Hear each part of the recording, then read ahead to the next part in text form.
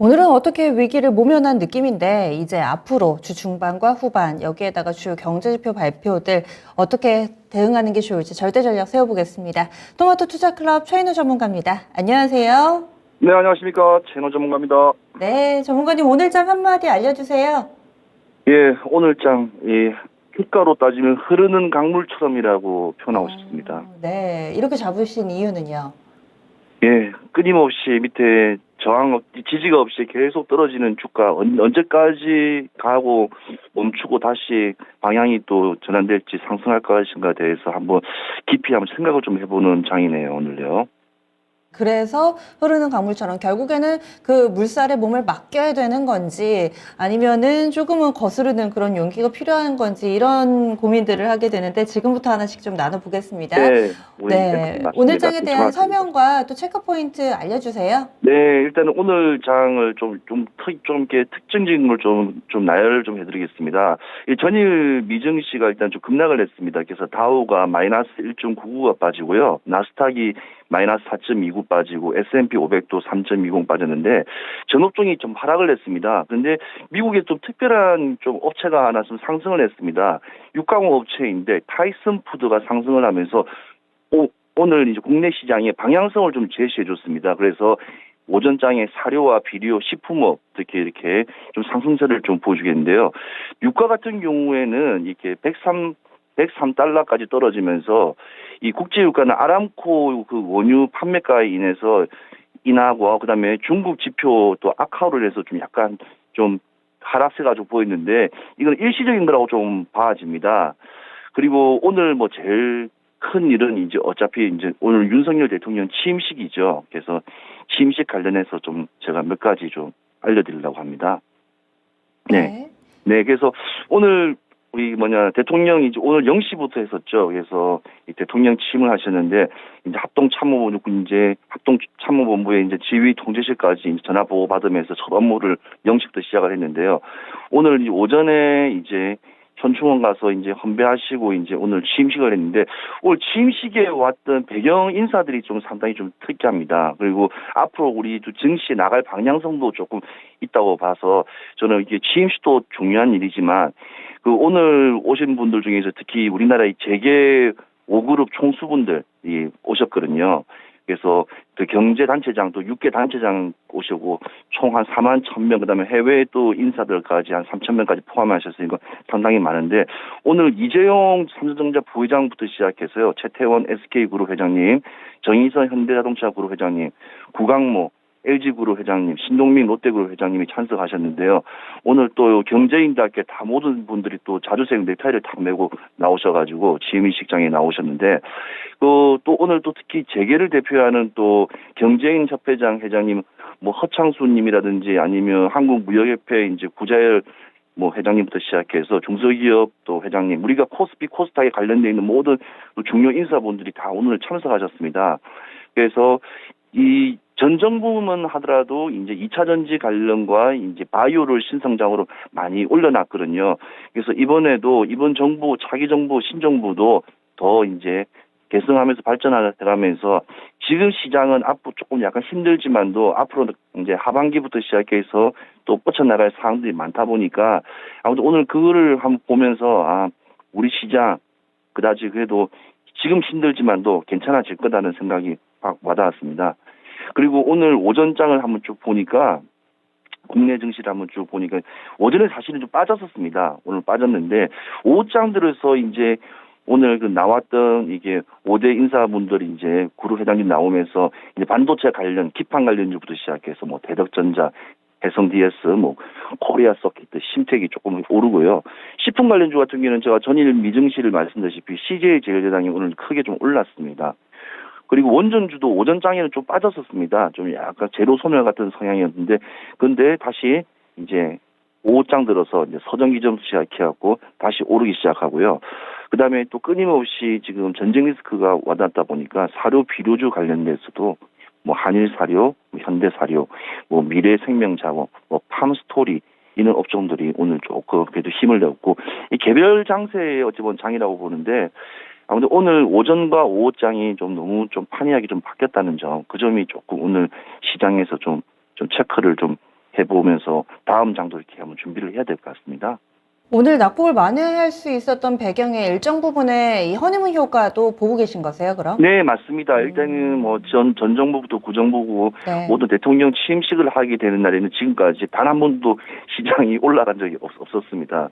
그래서 그게 좀 어떻게 보면 그런 리스크가 있는데, 예, 제가 봤을 때는 이 시장 자체가 사실은 전반적으로 우리가 잘못된 게 아니라 대내외적인 악재 영향력으로 인해서 된 거고, 일단은 시간을 조금 보면서 개별 장세식으로 가야 될 것 같습니다. 지금도 사실은 끊임없이 지금 실적 발표들이 내일도 계속 올라오고 있는 상황이거든요. 그래서 조금 개별 장세, 그러니까 너무 지수에 연연하지 말고 개별 장세, 그러니까 괜찮고 펀더멘탈 좋고 앞으로 나갈 방향이 확실하고, 그다음에 지금 정책주와 관련돼 있는 그 분위기가 동일한 분위기, 그런 업종들을 잘 선별하며 충분히 개인 투자가분들도 충분히 이겨나갈 수 있다고 봅니다. 네, 그렇게 네. 생각하고 있습니다. 그러면은 이제 체크 포인트들, 앞으로의 체크 포인트와 일정들도 좀 개별적인 종목에 영향을 미칠 만한 내용도 많이 포함이 되어 있을 텐데요. 내일장에서는 그럼 어떤 점을 봐야 될지 좀 정리를 해주세요. 네.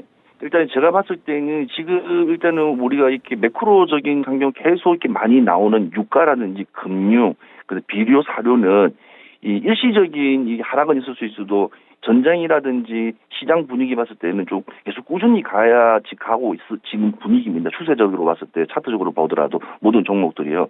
그래서 좀 단기적으로 너무 오르지 않고 이렇게 급락을 하더라도 관심적으로 계속 나가야 될 부분이기 때문에 제가 말씀드린 식음료 관련주라든지 그다음에 금융, 그다음에 이제 정유 이런 쪽은 꼭 비료 사료는 꼭 한번 체크해 보면서 가시면 좋을 것 같습니다.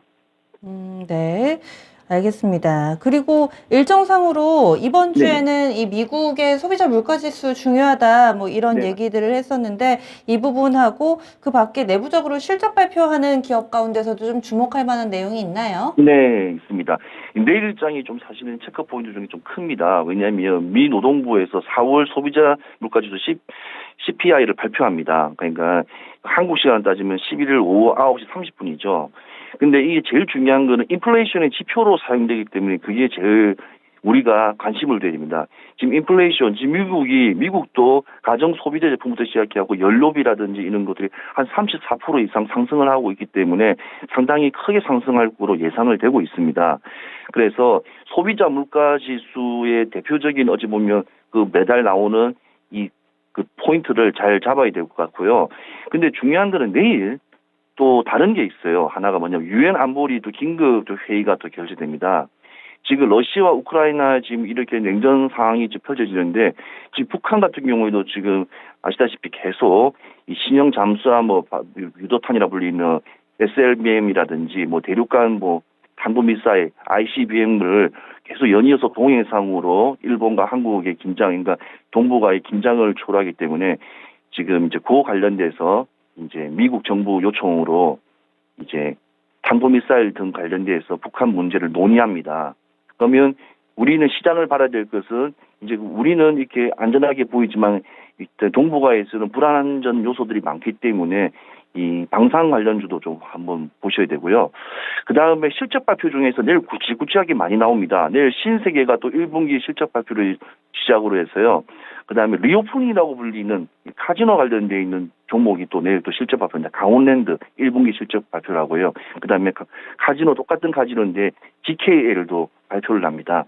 그 다음에 마스크를 또 벗게 하면서 요즘에 그 기업들, 그 다음에 급식 같은 관련주는 CJ 프레시웨이도 1분기 실적 발표를 하기 때문에 그것도 한번 보셔야 되고, 신세계 인터내셔널 다 어찌 보면 리오프닝 관련주들이 어찌 보면 내일 나옵니다. 그래서 매출적인 부분에서 조금 상승세가 보여지면 내일 시장을 좀 탄력을 받으면서 올라갈 것 같고요. 그 다음에 지금 제일 LNG, LPG 이 가스가 상당히 좀 문제가 많이 돼서 지금 전 세계 시장에 지금 에너지 시장이 좀 힘들고 있는데 한국의 대표적인 한국가스공사도 내일 실적 발표를 하고요. 그다음에 LG 생활건강도 내일 합니다. 그래서 진짜 많습니다. 많은데 이 정도면 리오프닝 관련 그다음에 내일 주가의 흐름 방향에 좀 좌표가 좀 됐지 않을까 싶어서 내일 먼저 미리 한번 말씀을 드리는 겁니다. 네. 그러면은 전략 세워주세요. 네네. 시장에 대응하는 것을 조금 제가 좀 알려드리자면요. 일단은 유엔 안보리 긴급회의 일단 개최하는 관련이 있기 때문에 방산주를 한번 조심 있게 한번 계속 뿌리는 보셔야 됩니다. 특히 대장주인 LIG 넥슨이라든지 아니면 스페코, 그다음에 빅텍, 그다음에 우리도 미사일 만드는 탄두를 만드는 한일 단조 같은 소형주업부터 시작해서 움직일 수가 있기 때문에 그런 거를 한번 유심히 한번 보시면 되고요.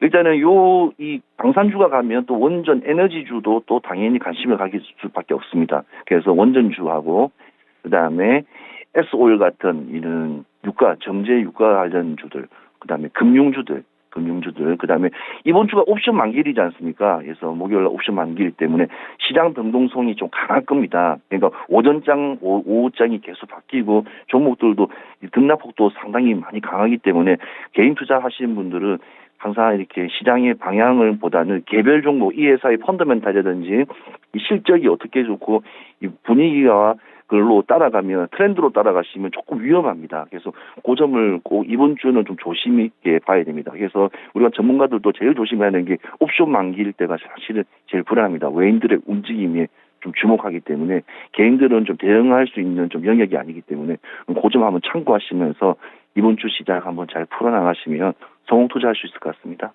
다음 주 이 시간에 연결할 때는 좀 방향이 잡혔으면, 그리고 그 방향이 부디 위쪽이었으면 하는 바람으로 보내드릴게요. 오늘 말씀 고맙습니다.